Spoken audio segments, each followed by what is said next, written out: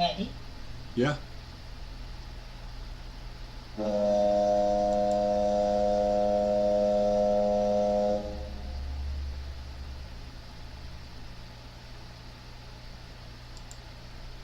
You want me to start? Oh, yeah. I'm sorry, Terry. For some reason, I was brain dead. I was waiting on Trish. Yes, please. Okay, good evening. Please be aware that the first hour and a half of this meeting will be recorded so that we could put it onto our website and podcast. We record in audio only. Feel free to use a podcast on our website along with your big book as a resource if you miss the study portion of the meeting. The study portion is also listed on the website so you can follow along. And you can do the next. Oh, Yeah, you can do that. Okay, in accordance with our group conscience on October 16, 2023, we will also be posting our podcast on YouTube. We feel that this is an effective way to carry our message to those seeking recovery in Alcoholics Anonymous. And you can go ahead and do the recap part too. Okay, I'd like to. Tonight's recap will start on page 1 and end on page 3. Our study tonight will start on page 3 and end on page 5. Are there any announcements? Good evening, family. My name is Jamie. Very grateful, recovered alcoholic, and very grateful that all of you are here. Still working on my DCM report, of which we don't have to do that till before group conscience anyway, of which we November 14th, 15th, and 16th we will be our fourth quarter assembly. It's a voting assembly. So between now and then, about a week before, we will be having our group conscience. The other thing to do is, all of you who are on the email list, oftentimes I send out reports and stuff directly from the delegate. It's just light reading should you be interested in what's going on at World Services and so on. So I hope that's helpful. And we will just move right along with the meeting. Good evening, family. And again, my name is Jamie. Very grateful, recovered alcoholic, and welcome to the Lewisburg Primary Purpose Big Book Study. Let's get focused by having a 3-minute moment of meditation followed by our family's fog light prayer.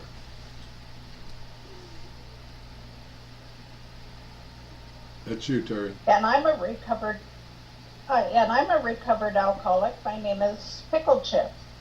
Thanks for joining us tonight. We're going to start the meditation in a minute, so please take a moment to get situated. Please be aware of background noises when you are unmuted, and sharing is not to distract others or yourself. We suggest we all observe proper Zoom etiquette. If you wouldn't do it in a live meeting, please don't do it here. A friendly reminder that absence of profanity offends no one. Please keep yourself muted during someone else's share, and we will call on you in the order that hands are raised. And from the forward to the first edition of Alcoholics Anonymous, we of Alcoholics Anonymous are many thousands of men and women who have recovered from a seemingly hopeless state of mind and body. To show other alcoholics precisely how we have recovered is the main purpose of this book and of this group.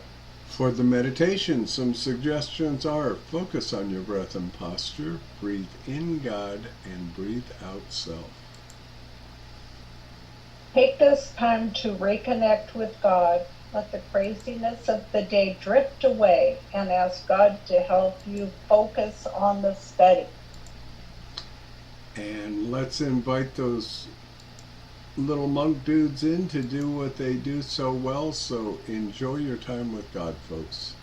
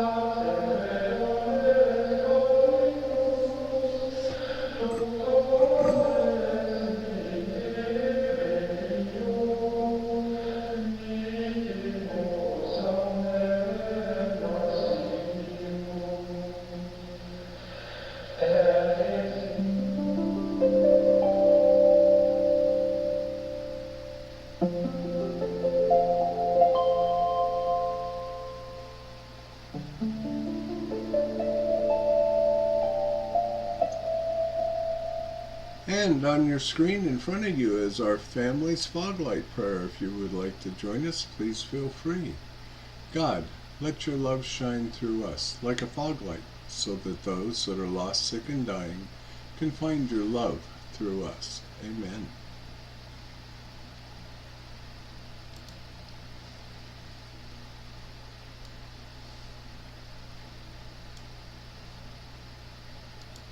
Terry? I'm coming. Unmute this thing. Okay. Let's have our secretary's report. Donald? Oh, me? Oh, yeah. Good evening, afternoon, whatever time it is for you guys. My name is Donald, and I am a very grateful, recovered, but not cured alcoholic. And this is your secretary report. I've asked, who was it? Rick. Mr. Rick, there he is, to read the recovered statement. We read this to explain why people in our group identify as recovered rather than recovering, and what it exactly means to be a recovered alcoholic. Rick, go ahead, take it away, buddy. Hello everyone, Rick, alcoholic, grateful recovered alcoholic. We are not cured of alcoholism, recovered but not cured. That presents a conflict to some alcoholics. If we were cured, we would be able to drink responsibly. No, we are not cured. The allergic reaction to alcohol will remain with us for a lifetime, but we have been restored to sanity. That was the problem. The main problem of the alcoholic centers in his mind, rather than in his body. Page 23. We are now sane where alcohol is concerned. Consequently, we have recovered. Thank you. Amen. Thank you, brother. And thank you all for joining us tonight. We meet here every Tuesday starting at, at 5:30 Central Time with the Gerbil Fellowship Cage, where we chat for about an hour before the start of the meeting. Feel free to bring side dishes to share with the buzzards. Our Big Book study starts promptly at 6:30 p.m. Central Time, and we ask that you be courteous and ready to begin at the sound of the foghorn. We take our Big Book study seriously. Because of this, chat will be disabled during the study. In the 1940s, when the only element to sobriety were God, a Big Book, and one recovered alcoholic working with an untreated alcoholic. And the success rate was as follows. From the forward to the first edition of Alcoholics Anonymous, page XX, of alcoholics who came to AA and really tried, 50% got sober at once and remained that way. 25% sobered up after some relapse. And the remainder, those who stayed on with AA, showed improvement. Can we have a show of hands of people joining us for the first time? I think everybody's been here before, but we do have a couple that haven't been here in a while. So Jamie B. and Cody, welcome back. Glad to have you with us. Welcome back. Good to see you. And a show of all the recovered alcoholics. Yay! These are the our potential sponsors. Is anybody celebrating a milestone this week? Toe Tappin says yes. Who is it? Yeah, but not yet. Shana. Oh, Shana is. Shana. Yeah. Hi, Shana. Pops forgot. I'm sorry. Uh-oh. Tell us about it, Shana. Woohoo! Bling, bling. I'm sorry, I was trying to multitask. I think it's the longer you hear, the more you think you know. Or what is it? The more I know, or I think I know, whatever it is. The longer I'm here, the more I don't know. The more I'm very much aware I don't know. but it's possible one day at a time, even for somebody like me. And it wasn't by any choice of my own. Gracious, it was prayers, not of mine, and God and you all showing me how to do it. So thank you. Congratulations. How many years, Shana? 5? Hey, 5. The big nickel. I'm guessing Trish is posting a chip for you as well. Oh, she showed one with Blaine. Okay. oh, she did? I didn't see it. Oh, there it is. Show it again, Trish. Ah, I love it. Hold on, let me take a screenshot. Bling, bling. Beautiful. Thank you. Congratulations, my friend. You are welcome. I'm not going to do about it because you didn't move. Okay. Okay. Well, on my belly button, I will be 10 years, 10 months, and 10 days. 10, 10, 10. And I guess it's going to be one of those days to just practice the 10th step. And that's on Thursday. That's on Thursday, so yeah. I'm not saying how old my belly button is. Okay, so moving on. If anybody should require a big book of your own, we have large print editions available that can be sent to you by buzzard mail. Delivery time is questionable. Please remember to practice the 7th tradition by donating to the group address, Venmo or PayPal posted in chat and on the screen. Our suggestion is to purchase a big book and take an untreated alcoholic through the program of recovery. And don't forget, please visit our website, posted in the chat, and we'll see you next week. Thank you, Donald and Fireman, for your service tonight. Always good to have you guys. From Chapter 2, there is a solution. The tremendous fact for every one of us is that we have discovered a common solution. We have a way out on which we can absolutely agree and upon which we can join in brotherly and harmonious action. This is the great news this book carries to those who suffer from alcoholism. This is an open meeting, and as such, all who have interest in alcoholism and our program of recovery are welcome. Because this is an open meeting, you need not identify yourself nor your reason for being here if you do not wish to do so.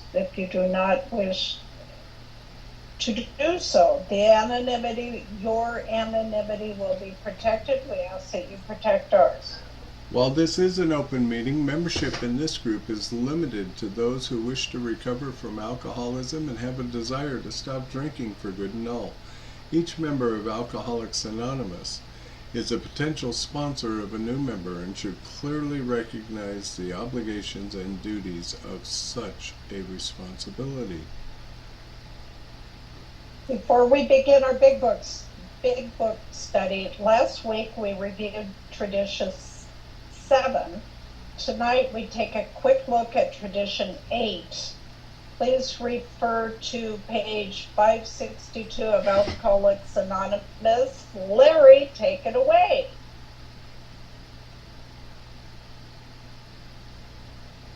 Hey, I'm Larry and I am an alcoholic, and Tradition 8 reads like this.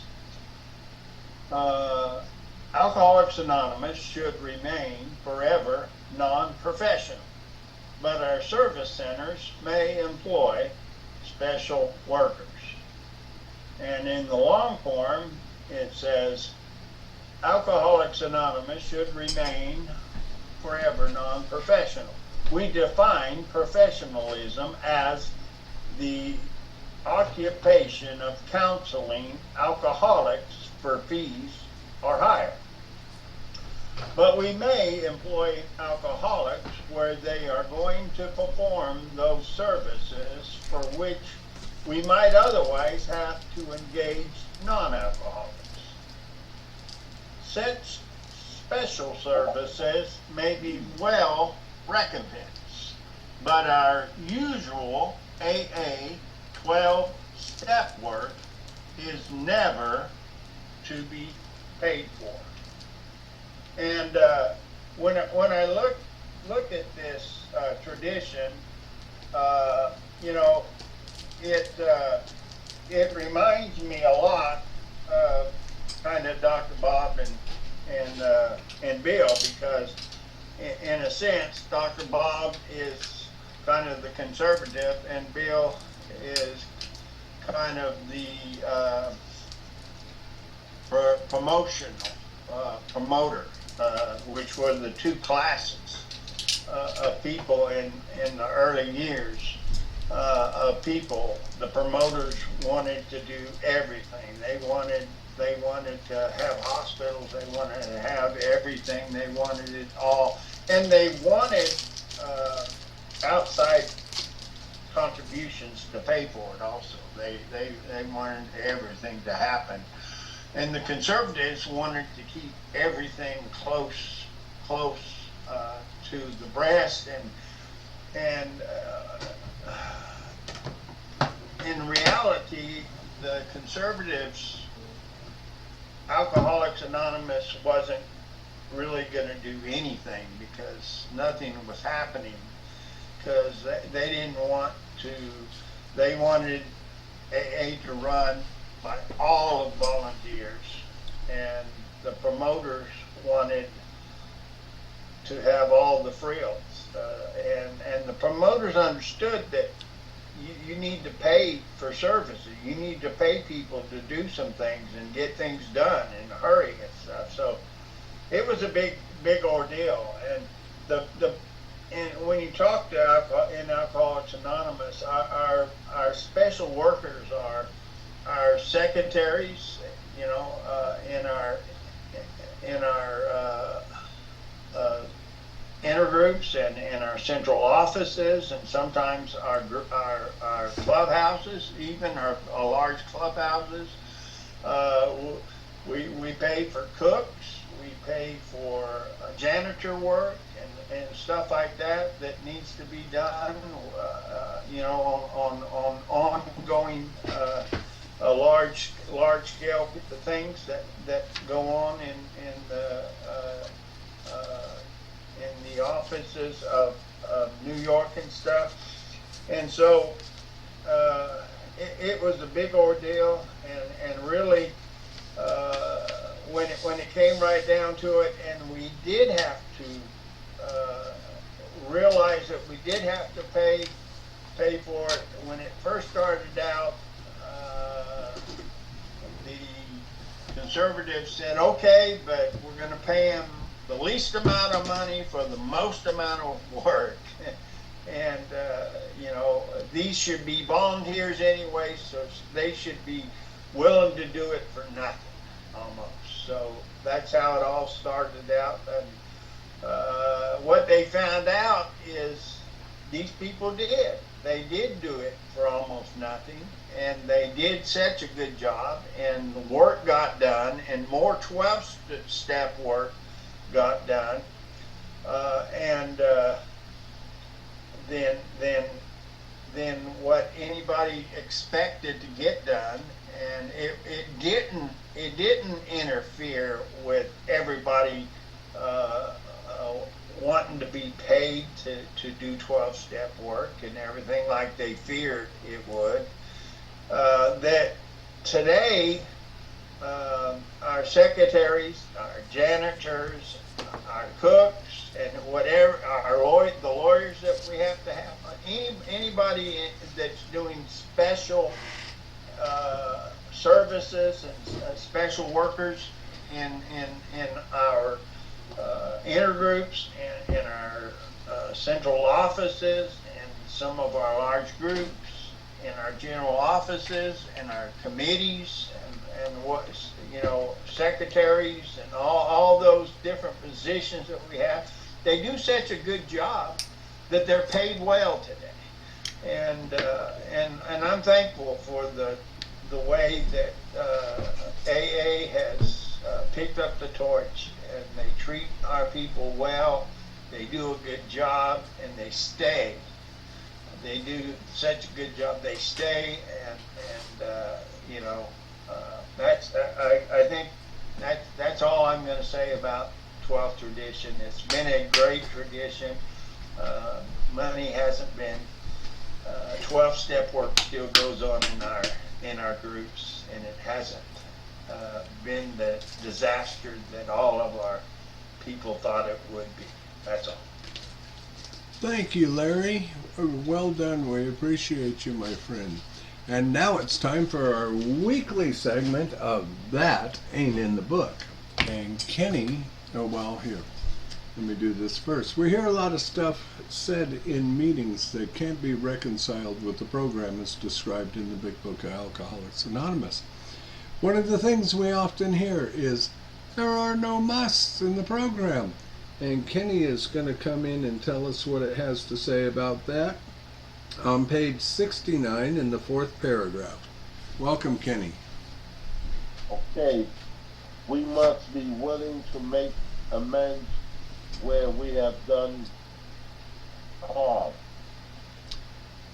Thank you, my friend. Thank you for your service. Thank you, Kenny. As we study, please make use of pens, highlighters, and rulers so that you can share this experience with others. In order for us to stay focused as we study the Big Book, we use the Big Book Study Guide prepared by Joe and Charlie and Krusty Cliff of the Dallas Primary Purpose Group. Tonight, we're going to start our recap on page 1, which will be read tonight by Jim. Thank you, Jim. Yep. And followed by our study portion, volunteered by Billy. That's going to start on page 3 and ends on page 5. Thank you, guys. After the page is read, we will ask questions from the imaginary podium, starting back where our study portion begins, which Billy will be reading tonight. The answers will be one sentence unless otherwise specified, and multi-part questions are simply one sentence answers split up by commas, semicolons, hyphens, and other fun bits of punctuation. Basically, in English, what that means is we're going to read the material once through and then dissect the information a second time through the question and answer format. Notice how the language in the questions gives us a new light in which to consider the study material. This is important because hearing the question and reading the content offers a definite way of comprehending the material covered. After we've completed the study, we open up for comments, questions, observations based on what was just read. If you have spiritual experience with this information, please, by all means, feel free to share. Please keep your share on topic and under 5 minutes. At the 5-minute mark, you will probably hear a timer with the little music go off or something like that. And the timer should be up in the corner of your screen, and Trish, are you doing timer tonight? It will always be on Trish's screen as well. Okay, however, Big Book study is not therapy. Should you begin sharing on topics which are more appropriately discussed in a different setting, like with your sponsor, please do not be offended when we cut that conversation short and send the buzzards nipping at your heels. For that purpose, we have fellowship meetings before and after our study time. You can never go wrong by commenting on the pages studied, which brings us to the words of one of our co-founders of Alcoholics Anonymous. Sobriety, freedom from alcohol, through the teaching and practice of the 12 steps is the sole purpose of any Alcoholics Anonymous group. You want to try it tonight, Terry? No. No. I'm having trouble talking.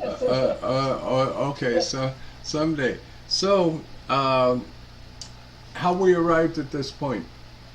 We didn't just wake up today and say, yeah, we're going to do these pages out of Bill's study. This is a 96-week big book study from beginning to end.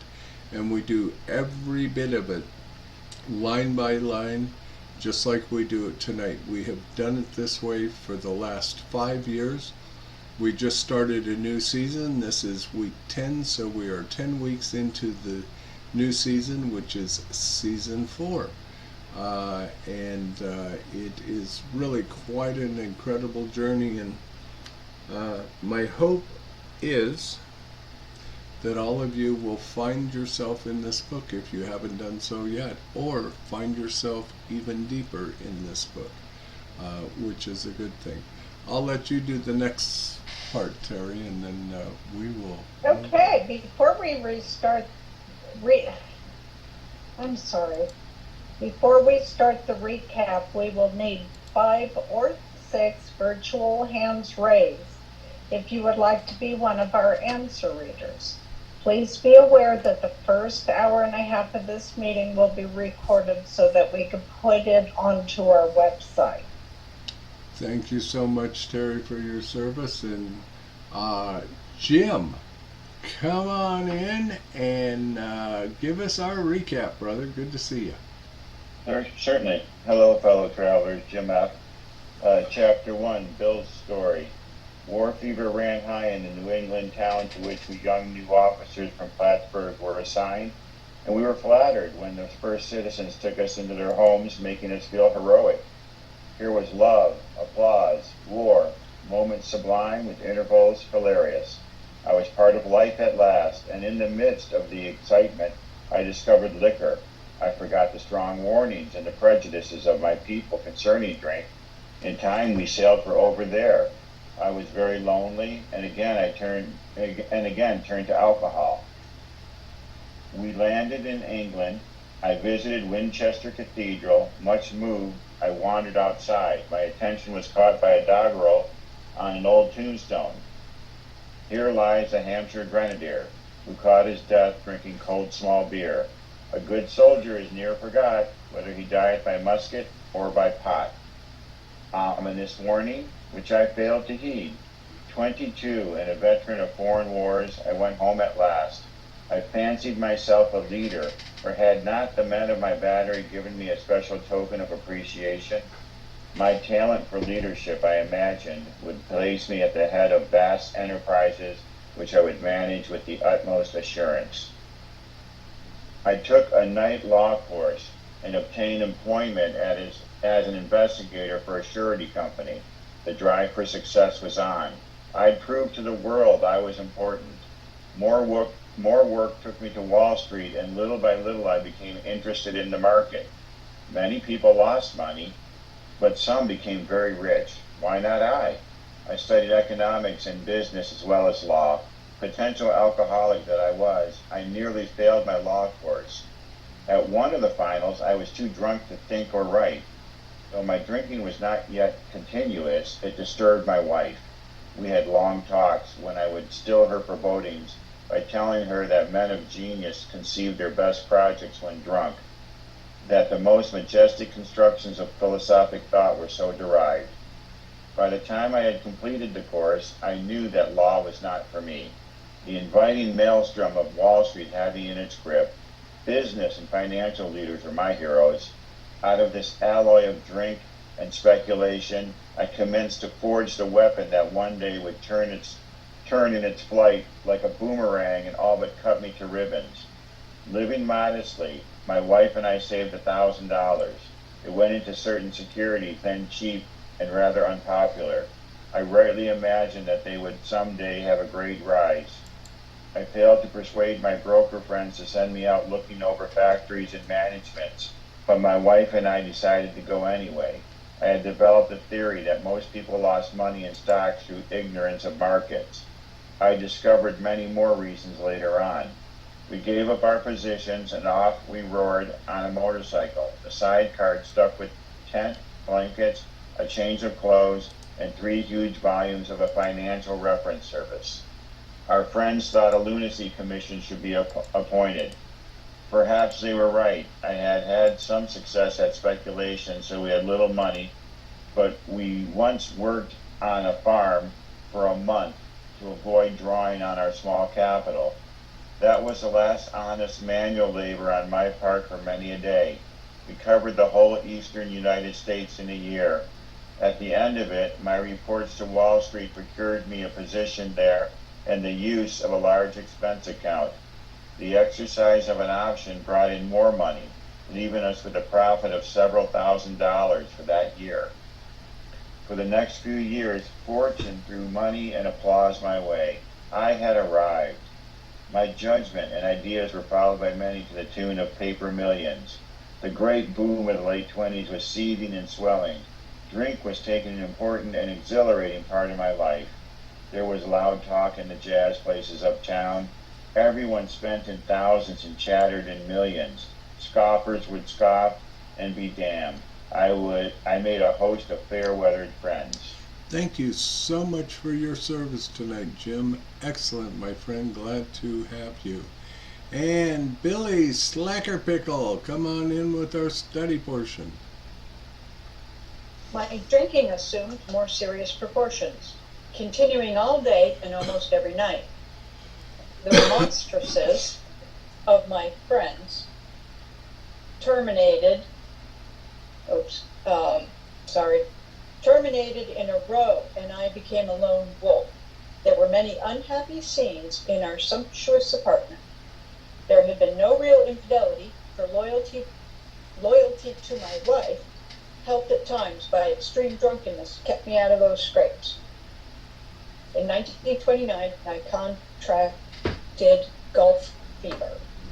We went at once to the country, my wife to applaud while I started out to overtake Walter Hagen. Liquor caught up with me much faster than I came up behind Walter. I began to be jittery in the morning. Golf permitted drinking every day and every night. It was fun to carom around with the exclusive course which had inspired such awe in me as a lad. I acquired the impeccable coat of tan one sees upon the well-to-do. The local banker watched me whirl fat checks in and out of his till with amused skepticism. Abruptly, in October 1929, hell broke loose on the New York Stock Exchange. After one of those days of inferno, I wobbled from a hotel bar to a brokerage office. It was 8 o'clock, 5 hours after the market closed. The ticker still clattered. I was staring at an inch of tape which bore the inscription XYZ-32. It had been 52 that morning. I was finished, and so were many friends. The papers reported men jumping to death from towers of high finance. That disgusted me. I would not jump. I went back to the bar. My friends had dropped several million since 10 o'clock. So what? Tomorrow was another day. As I drank, the old fierce determination to win came back. Next morning, I telephoned a friend in Montreal. He had plenty of money left and thought I had better go to Canada. By the following spring, we were living our accustomed style. I felt like Napoleon returning from Elba. No St. Helena for me, but drinking caught up with me again, and my generous friend had to let me go.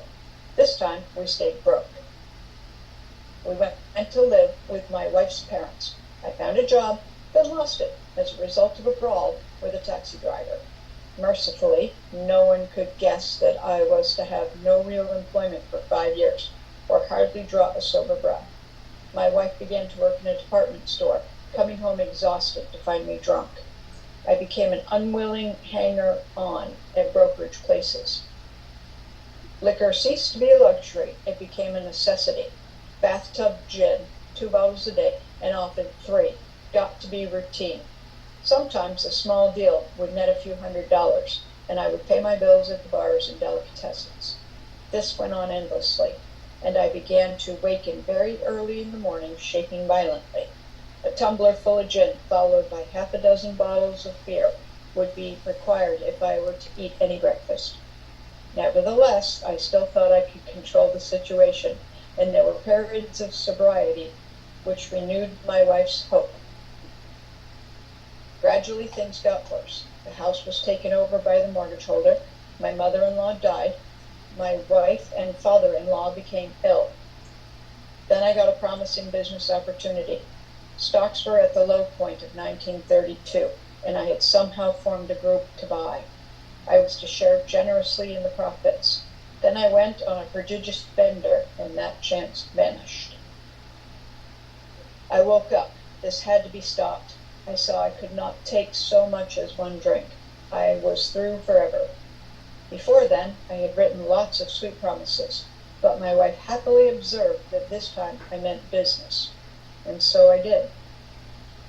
Shortly afterwards, I came home drunk. There had been no fight. Where had been my high resolve? I simply didn't know. It hadn't even come to mind. Someone had pushed a drink my way, and I had taken it. Was I crazy? I began to wonder, for such an appalling lack of perspective seemed near being just that. Thank you, sir. Renewing my resolve. What? Did I go too far? I think that was it. Hang on. Yep, that was it. It seemed near being just that. Thank you. Okay. Thank you Just for because there's only one sentence left on the page. yeah, I see. Never mind. We planned it that way. Okay, never mind. Thank you for your service, my friend. And folks, we could use one more hand if someone's willing to. If not, we'll go with the 4 we have. Hey, you don't want to read?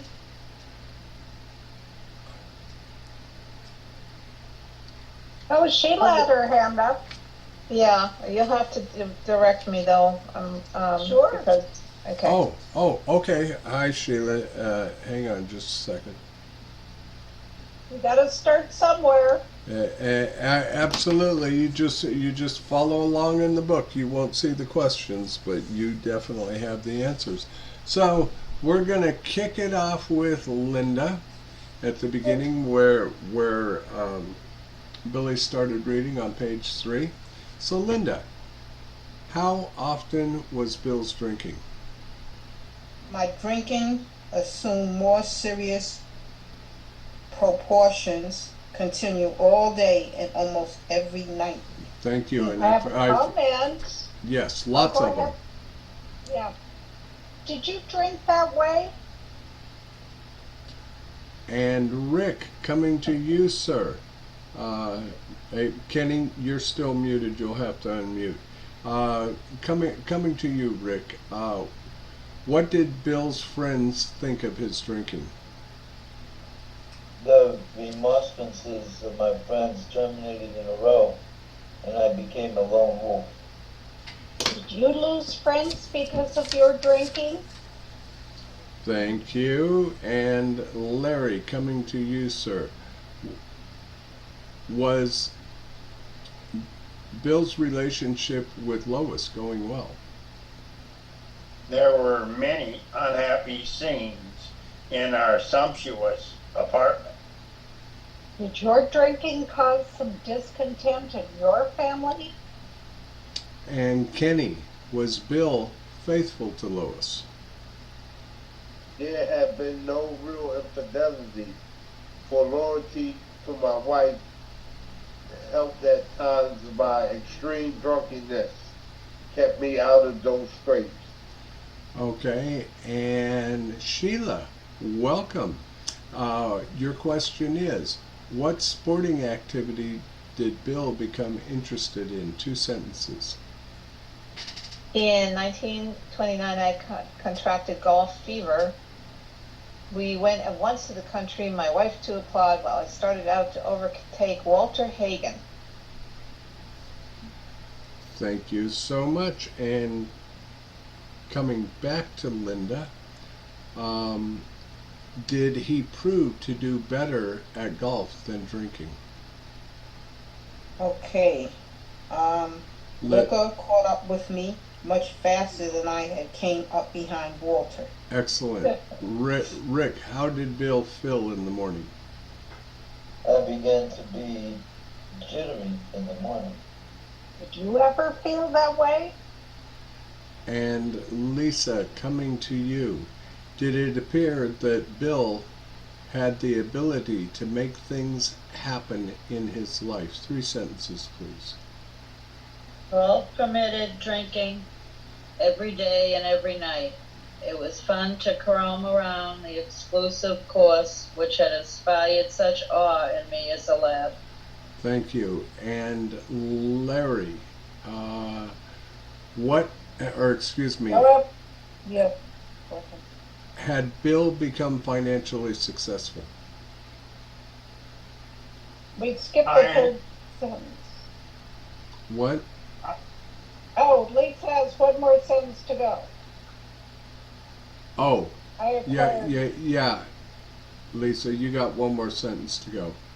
I'm sorry. I acquired the impeccable coat of tan one sees upon the well-to-do. Thank you. Larry, coming to you. Had Bill become financially successful?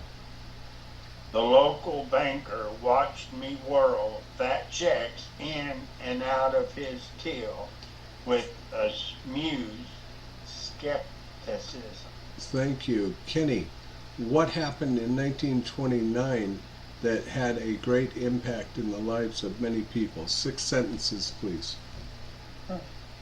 Abruptly, in October 1929, hell broke loose on the New York Stock Exchange.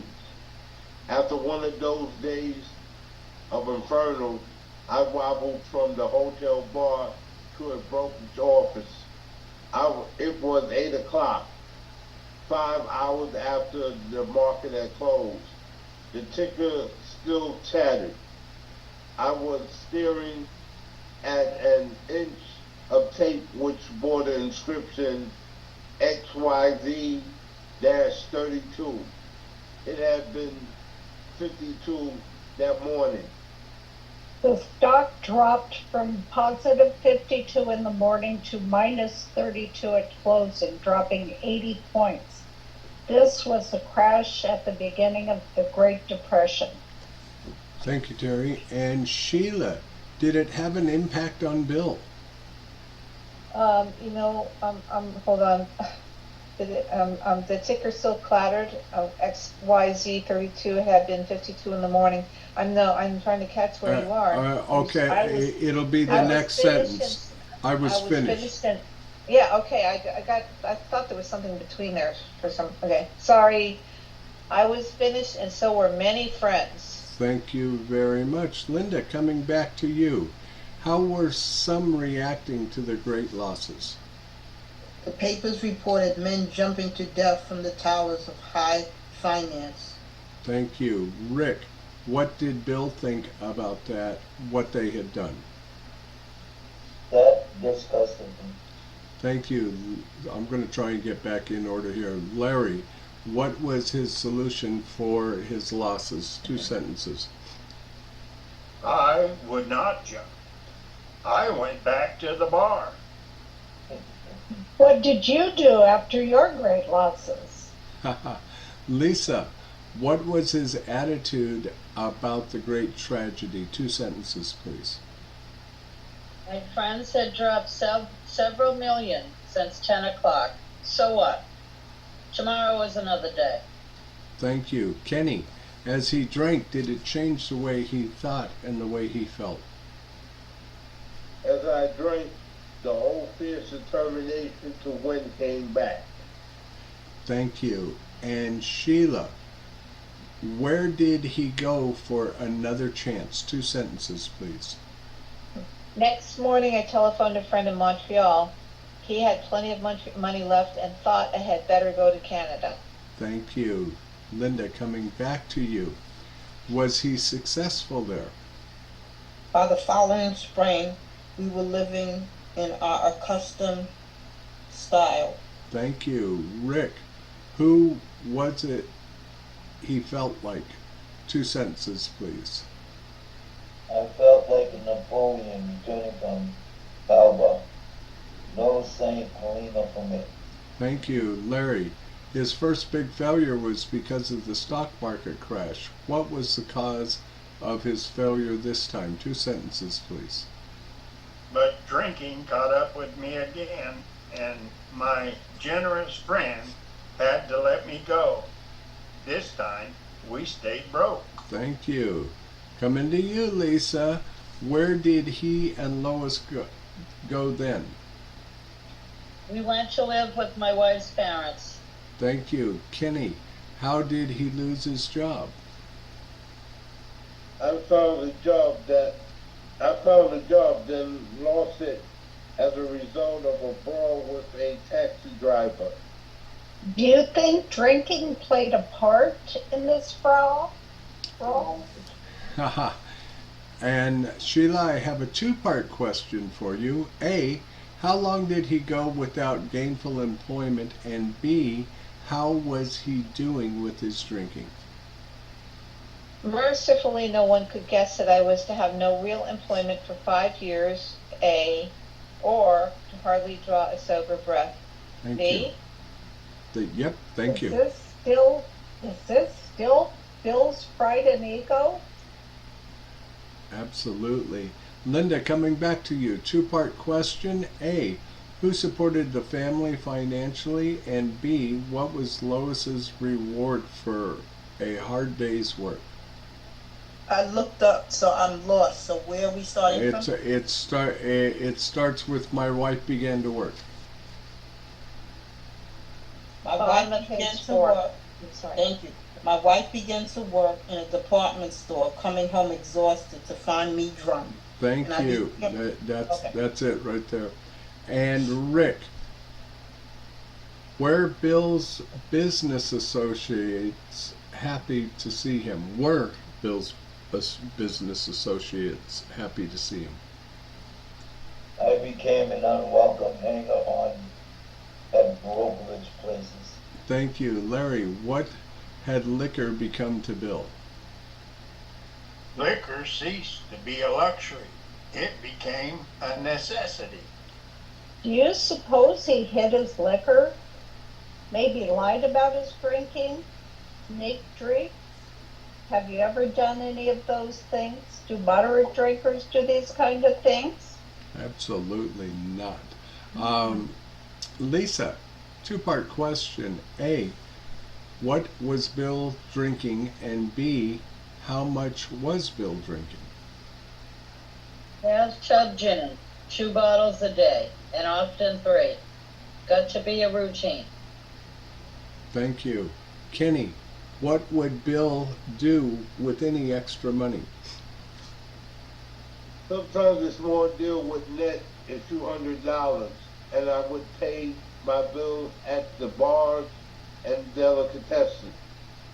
Do you think Bill drank on credit at bars and delicatessens so Lois would not know how much he was drinking and then pay them off so he could continue drinking there? How often did we scramble to pay our bar tabs so we could keep drinking? Thank you. And Sheila, how did Bill awaken? This went on endlessly, and I began to awaken very early in the morning, shaking violently. Thank you. Okay. Did you ever wake up this way? And Linda, what did Bill have to do? A tumbler full of gin followed by half a dozen bottles of beer would be required if I were to eat any breakfast. Did you ever have to do this? Is this delirium tremens the physical sign of alcoholism? And Rick, two-part question. A, at this point, did Bill think he had a problem? And B, what gave Lois hope? Nevertheless, is that what it's at? Yeah, that's where we are. Yeah. Nevertheless, I still thought I could control the situation, and there were periods of sobriety which renewed my wife's hope. Is this really sobriety or just abstinence? Did you ever have a run of bad luck and think it was someone else's fault? Causes and conditions. And Larry, coming to you. Did things get better for Bill? 2 sentences, please. Gradually, things got worse. The house was taken over by the mortgage holder. My mother-in-law died. My wife and father-in-law became ill. Did things get better for you? And Lisa, did Bill have another chance in the business world? Then I got a promising business opportunity. Thank you. Kenny, what kind of deal did Bill put together? Knoxville had a loan, Knoxville had a loan point in 1932, and I had somehow formed a group to buy. Thank you. And Sheila, what was his motivation for this deal? I was to share generously in the profits. Thank you, Linda. Coming back to you. Why did it not prove successful? Then I went on a prodigious bender and the chance was vanished. And Rick, as a result of this episode, what did Bill come to realize? 4 sentences, please. I woke up. This had to be stopped. I saw I could not take so much as one drink. I was through forever. Thank you. Larry, 2-part question. A, what had he done prior to this time? And B, was Bill really serious this time? 2 sentences, please. Before then, I had written lots of sweet promises, but my wife happily observed that this time I meant business.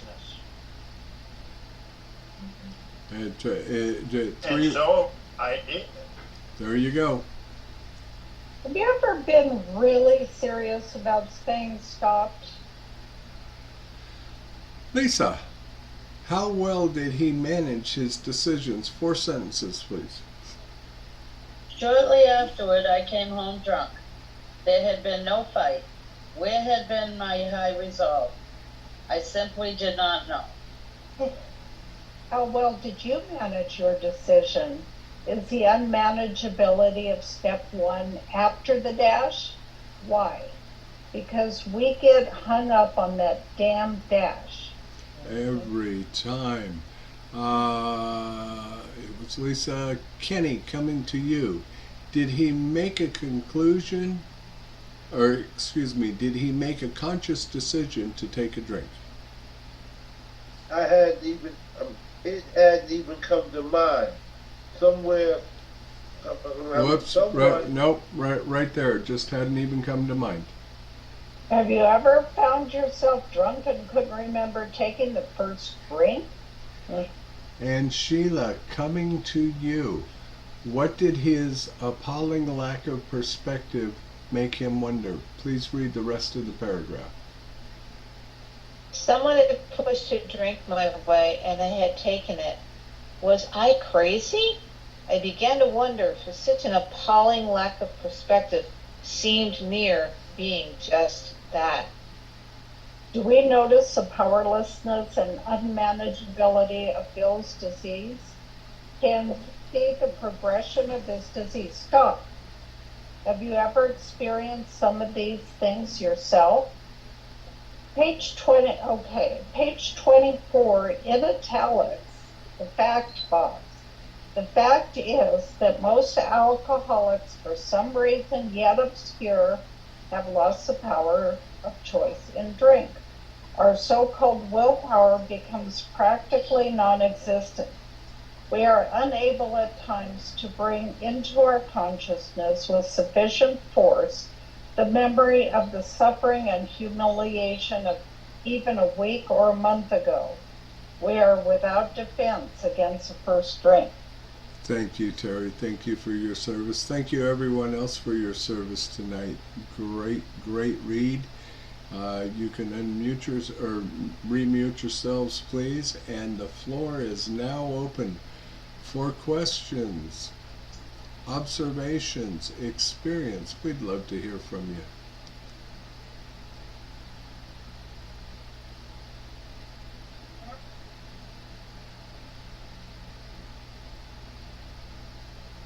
And if you don't know how to wave your hand, just wave at me in the screen, but you'll find the hand raising feature under reactions.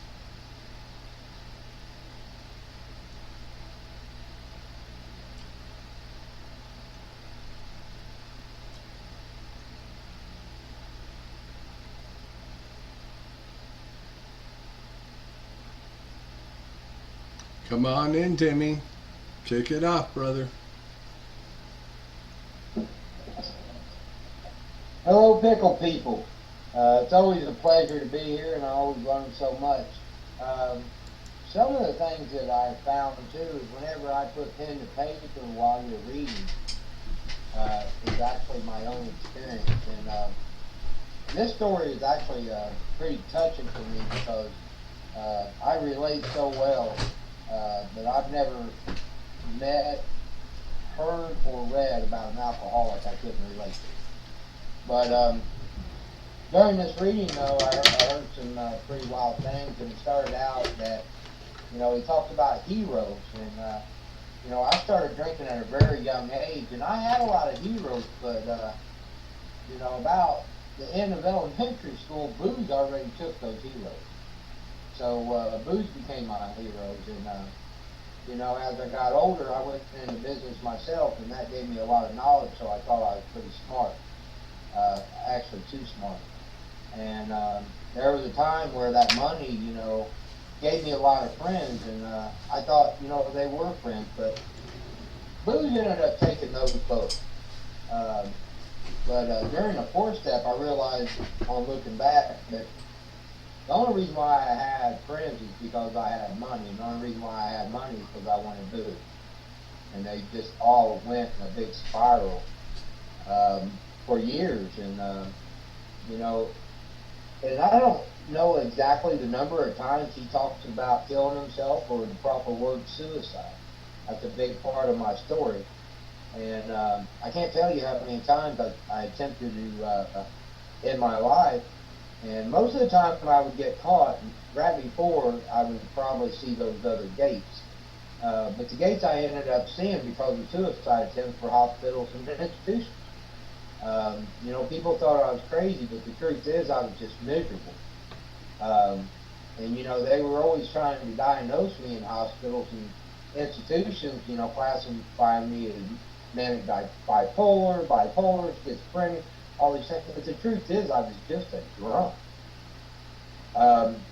But, you know, whenever I get out of these institutions, I set out once again and make big deals just to lose it again because I was a businessman.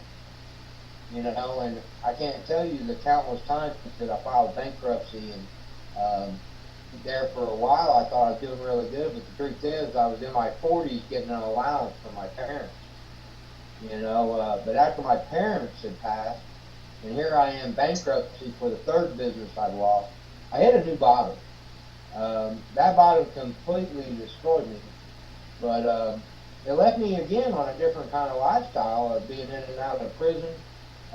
Now I look back and I actually am grateful for those times in prison because those times in prison actually kept me alive. And there were small increments of being planted small seeds of treatment, religion, AA.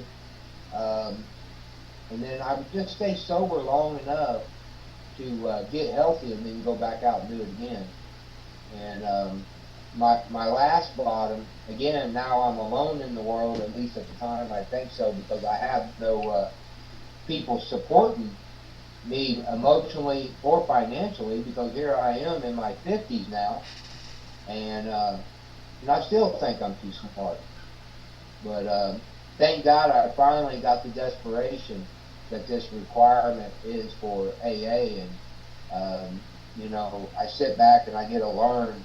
You know, still as an infant of 18 months in sobriety, I'm starting to learn the difference between being sober and sobriety. And thank God for, you know, guys like this, 98 years into it, we're still learning from me. And I appreciate y'all that actually do work out of the big book, because this is where I find my hope now, especially at 3 o'clock in the morning. If I ain't reading the book in the front, I'm reading it in the back. But that's some good stuff. It's a good reminder of where I can be if I pick up a drink. I can be right back to all those things I just spoke about. And man, is that some ministry. Good Lord. You know, I went to a meeting earlier today and a guy rekindled something I heard yesterday again. You know, being an alcoholic, we're the only class that given two choices: alcoholic death or a spiritual approach. And we'll say, let me think about it. I mean, that just floors me because that was me. I'm glad now that, you know, I've kind of lifted up the haze and I can see forward enough to know that no matter what happens in life, a drink is not going to fix it. But again, I love each and every one of you. Larry, thank you for the tradition. I actually enjoyed that. And thank you all who read. I appreciate y'all. That's all I got. Thanks, Timmy. And 50, hell, I thought you were just 17 the second time around. Jimmy, come on in. Welcome.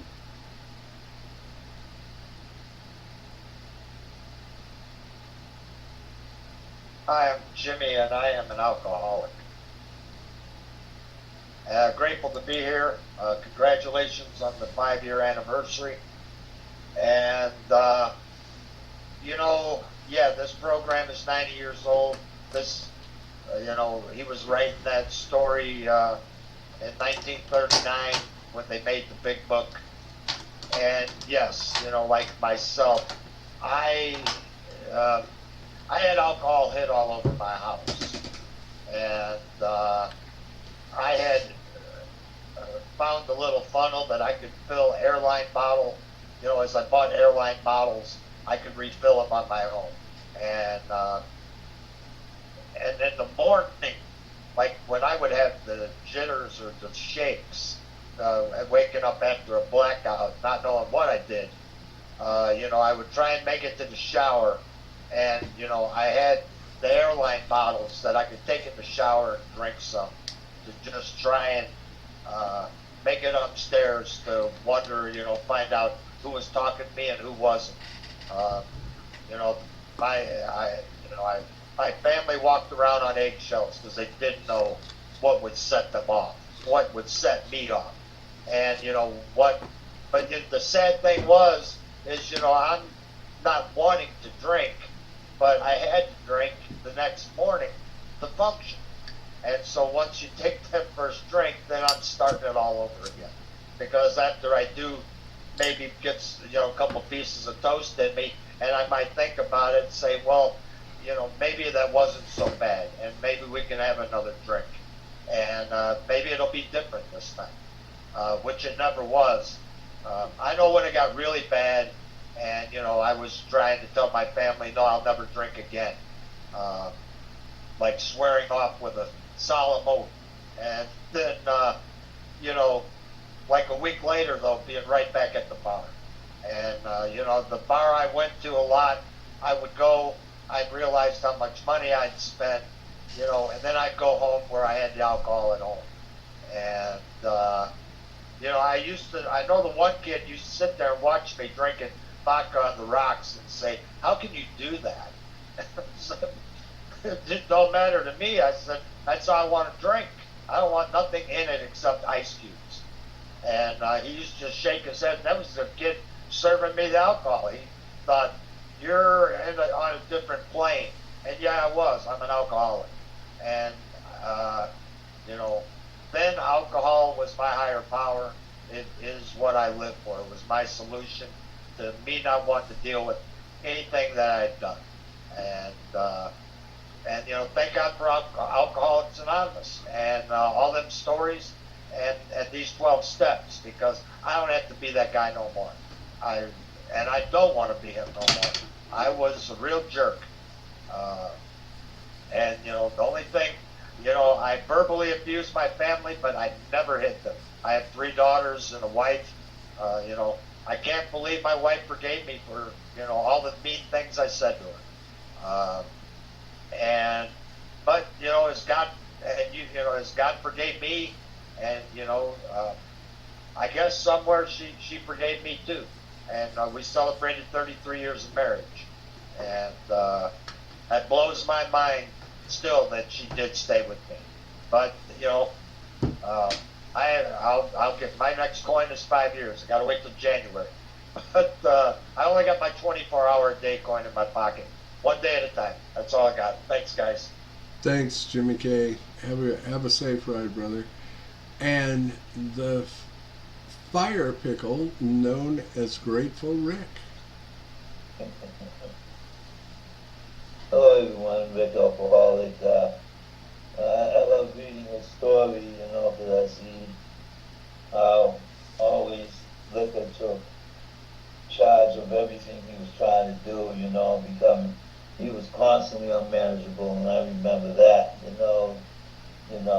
thinking, planning to, all the things we planned to do, and ended up taking a drink instead, and my drinking assumed more serious portions, continuing all day and almost all night. The remonstrances of my friends terminated, I remember that. And I remember saying to myself, I don't care, but I have one friend who stayed my friend. We were hanging out since '73. He would drink with me. He'd drink more than me sometimes. We'd drink weekends away. But he just never qualified to be here. And he could just not drink, and especially as he got older, as I did, and I retired, he worked for himself. He was a contractor, and I'd end up over his house, and when I had stopped, when I became a drunk, he would say, hey, you coming over next week, and you coming over next weekend, we don't hang out, and I would, and 1 o'clock in the morning, I'm going to bed, man. You take the couch and don't forget to lock the door on your way out. He didn't want me to go driving home right then and there, and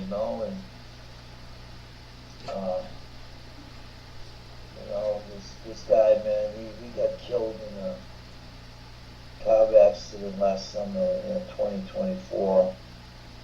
I remember his sister calling me. His wife couldn't call me. She was upset, and man, he was a close friend. I told my wife and kids, even they cried, because they know what he meant to me. And when I told them I was coming to AA and all that, it was like I signed up to take a course somewhere. So, all right, okay, and never told me I wasn't drinking too much, man. You just stayed my friend. But he's gone now, and I think of him all the time. But anyways, yeah, but the rest, I don't know, maybe I still feel I need fixing, because I do have friends that had separated from me today, and I don't know, I don't care for them like I did this guy, and so maybe there's something in me that I still feel that way. Maybe I don't know. But and it ceased to be a luxury. It became I had to drink. I was on my way to waking up violently. I would wake up a little jittery. And my primary care doctor I went to one day, and I told her, I think it's because of the anxiety and all that, and she prescribed me some Valiums, low dose, and I would take one of those in the morning, and it would calm me down. Did nothing for my mind, of course,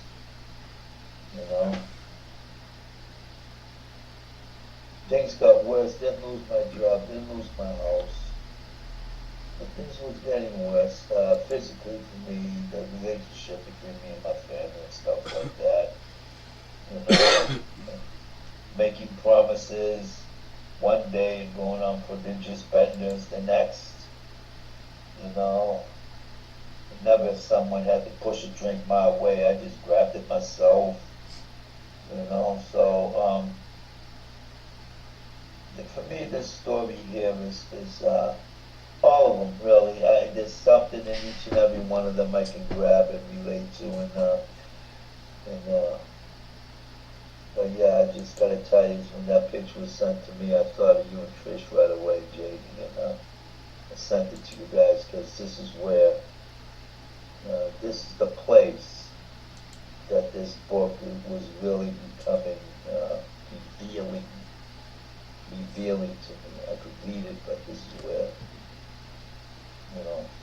see what it was saying. But anyways, I'm going to stop there. Thank you. Thank you, Rick. And I remember being in one of those meetings with you that we used to read the stories, and yeah, I miss our friend too. Larry, come on in. Yeah, I'm Larry, and I'm an alcoholic. You know, I was reading this, and yeah, I can find, you know, all kinds of similarities. But you know, before I get into that, you know, I just, you know, I'm so thankful today. You know, I don't have to live out the similarities because, you know, today I've got a good life. You know, it's been 15 years that I've been sober and clean from all this disease that of mind and body. You know, yeah, you know, I still, you know I've got to stay. I got to stay, you know, spiritually fit, and I have to work every day on staying that way so that I don't go back to where I started from. And but this program gives me the tools to do that, and it's given me such a good life. But I was that lone wolf, you know, and it probably served me well, you know, when I go into prison and the life that you know, I was living, and you know, and when he talked about loyalty to his wife, you know, because you know, I used to, you know, my first wife, man, I was a dog. I'll just leave it at that. But you know, for my next two marriages, I was faithful. I was faithful to both of them, and I remember I bragged about that several times. But I just, as I was reading this, I happened to think, man, was I really faithful to them, or was it I was just so busy drinking and gambling, and was that was probably more important to me than the other stuff, you know? And I think that's probably more the truth. Is that was drinking and gambling and all the other stuff I was doing. That was more important than going out, you know, and doing other things. That's probably why I was more faithful in the second time around than I was the first time around. So, you know, I got to be careful about bragging. And then I had to laugh about, you know, 1929, you know, crash, you know, when he said, I would not jump. How many times have I made in bad situations? My solution is to go back to the bar or to go back to the bottle. That was my solution. Just get drunk and everything will be okay. And, you know, I see that so vividly in my mind. Waking up and sick. And I don't think I ever woke up with the jitter so bad that I had to drink a half a dozen bottles of beer. But now I do remember having to drink and force down a shot of whiskey and stuff, and then having to throw it up in order that I can get my breakfast down, you know, and drink another one and keep it down so that I could eat. I remember that.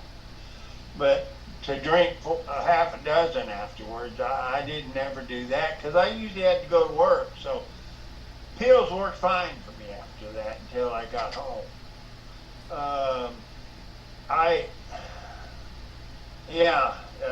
Prestigious benders, chances vanished. Opportunities went up to smoke because of inconvenience drunks. And the last one, was I crazy?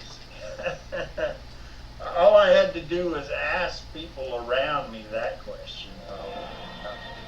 And they probably could answer that better than me.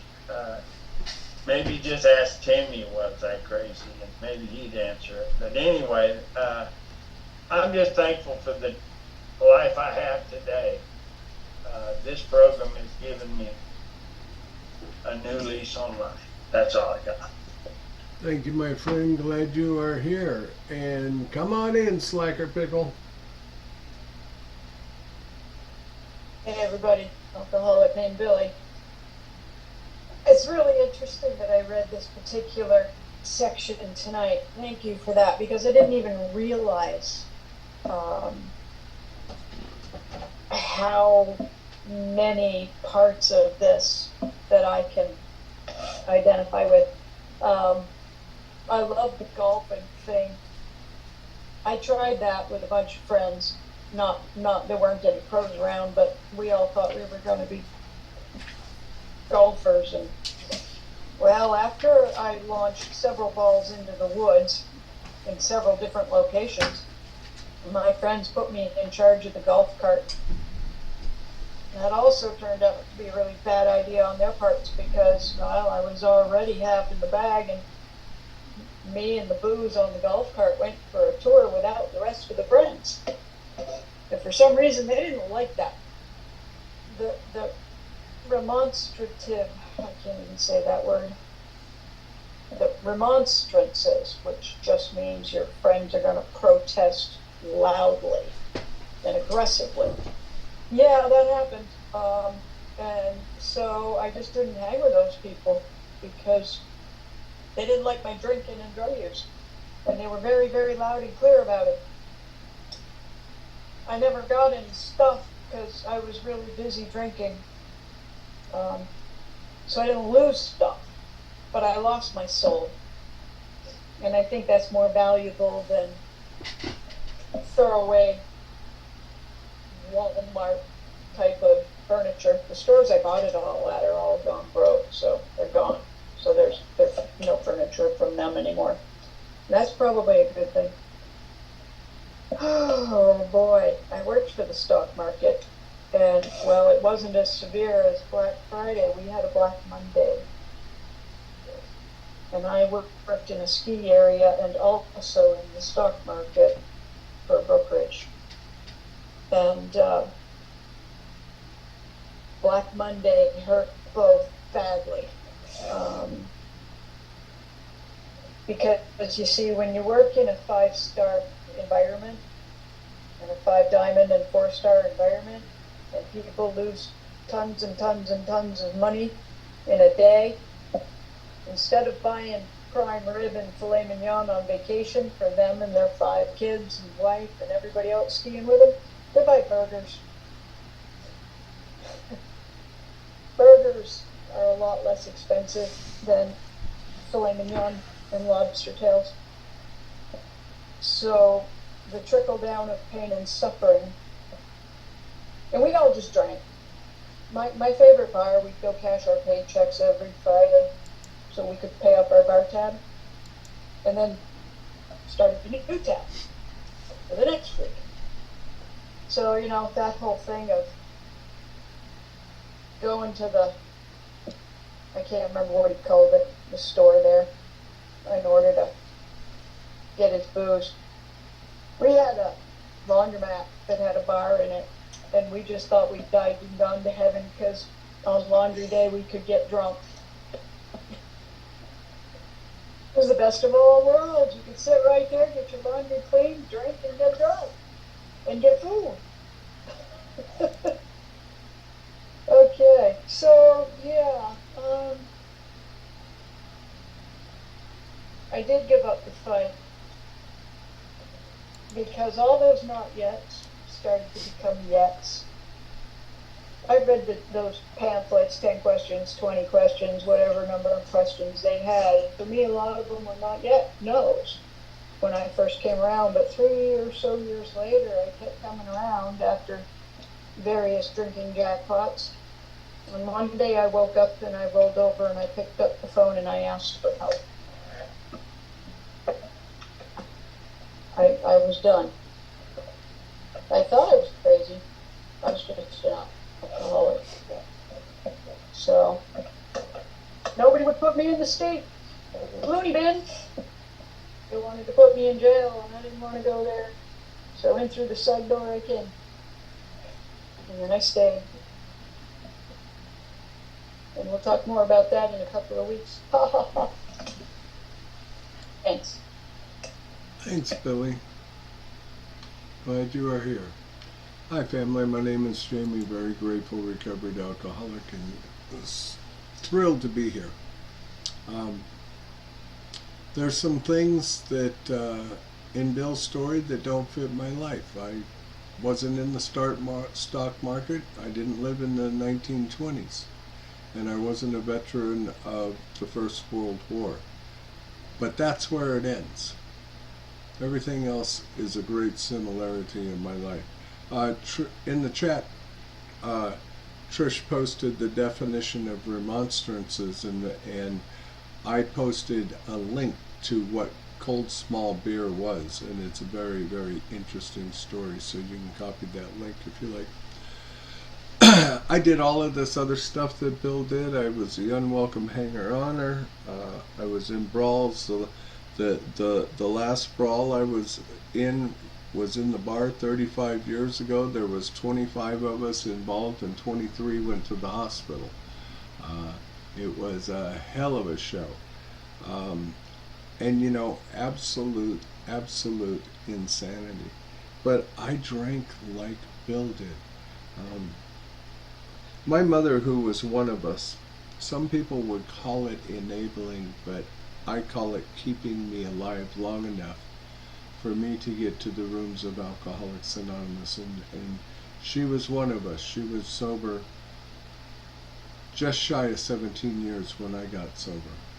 And she saw how bad I was and saw me with DTs. And so she bought my first 2 beers every day for the last several months.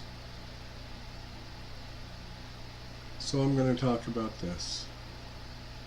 Tonight, this period, tonight, 35 years ago, I'm sitting in Joni's Cantina, shooting pool, rough weekend, with a couple of other friends, and it was time to close the bar at 2 a.m. in California.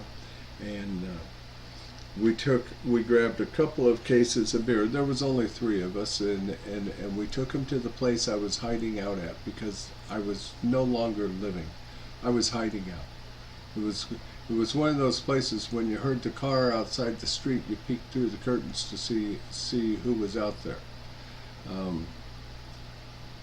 And we had some of alcohol's non-conference approved substances as well.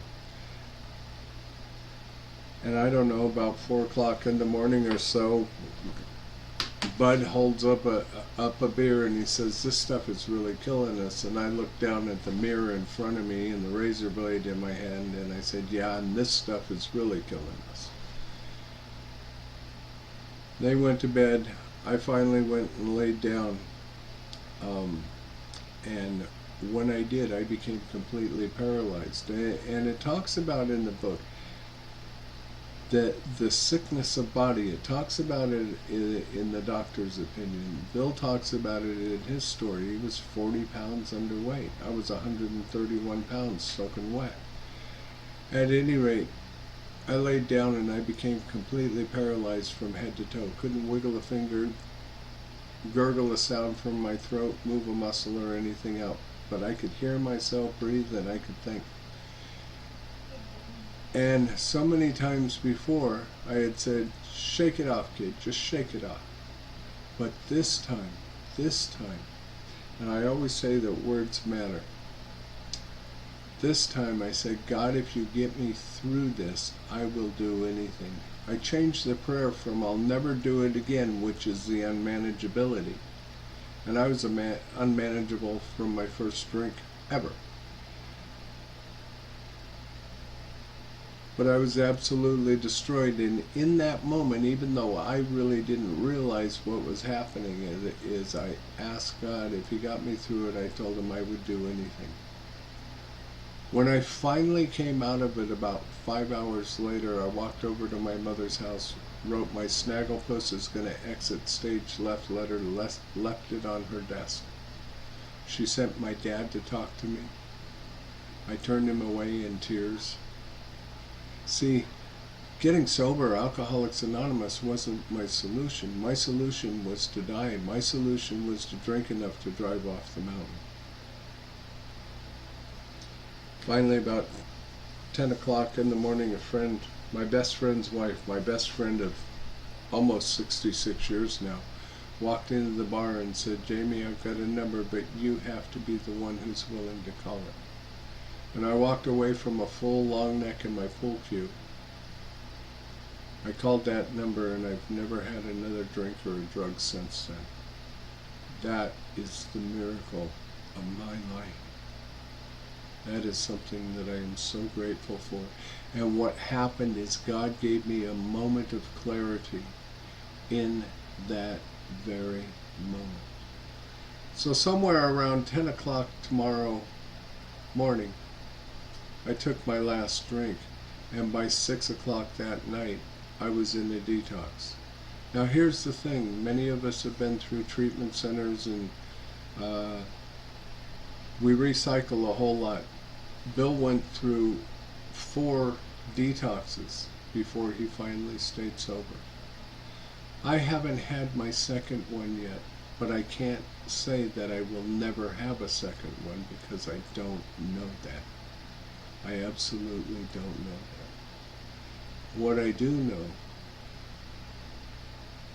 is that if I don't pick up a drink or commit suicide, Thursday morning I'll wake up with 35 years one day at a time.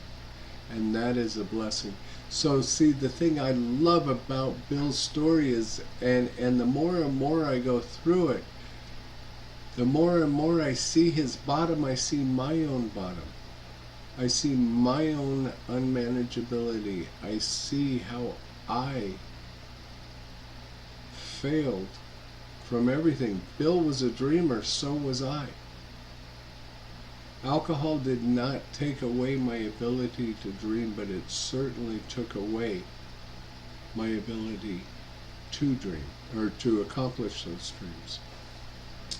And I was in a meeting in Phoenix last week with some friends of mine, and I got a phone call from a sponsee, which I took, but you know, I was listening to another friend who's not here tonight share, and here's what occurred to me. Being a sober member of Alcoholics Anonymous and carrying the message in the big book of Alcoholics Anonymous and trying to help a sick and suffering alcoholic, whether they're brand new or whether they've been around 25 or 30 years, is the most important job that God has ever given me. And when I think about that, I have such a grateful heart, and I have such a responsibility to each and every one of you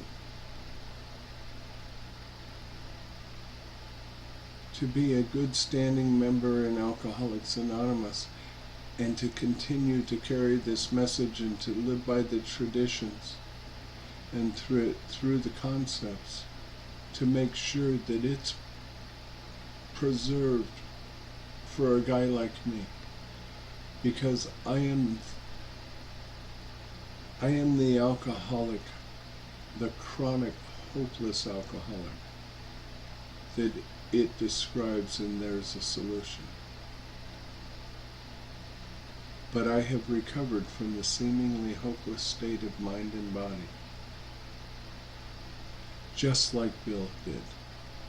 We are not here because of how many meetings Bill made.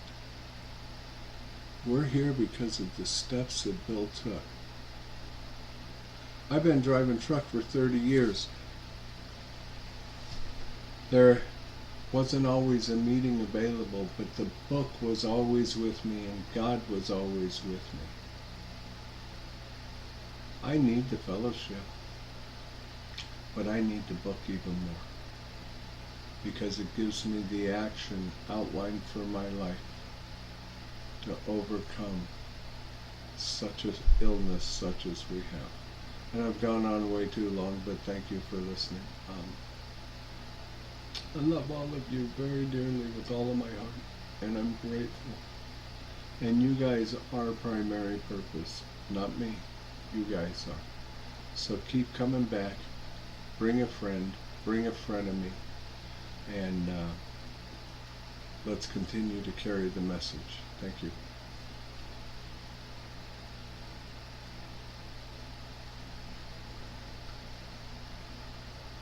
You want to read us out, Terry? I certainly do, and I wanted to wish Shayna a happy 5th birthday.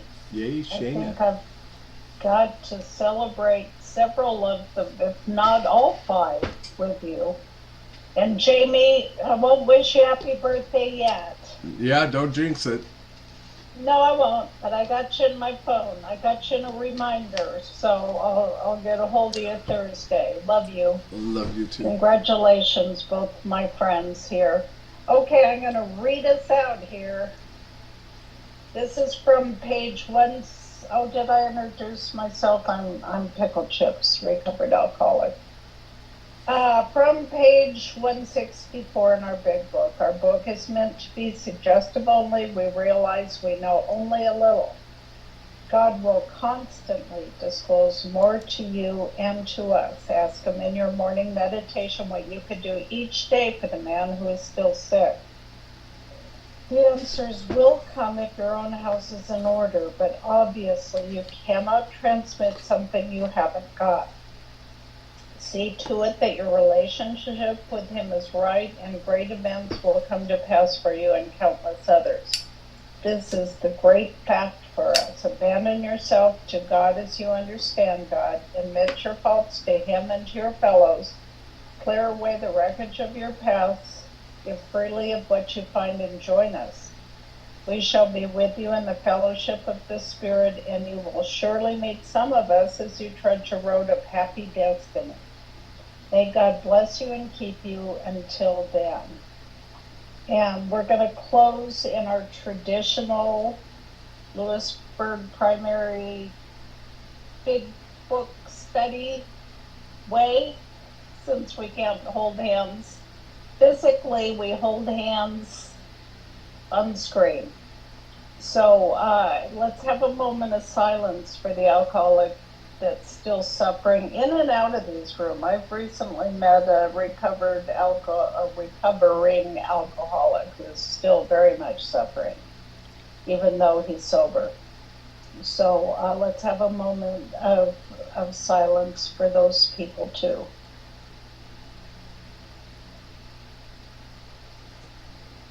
Okay, will you join me in the I can't. I'm having a tough time Lord's here. Prayer. Lord's Prayer.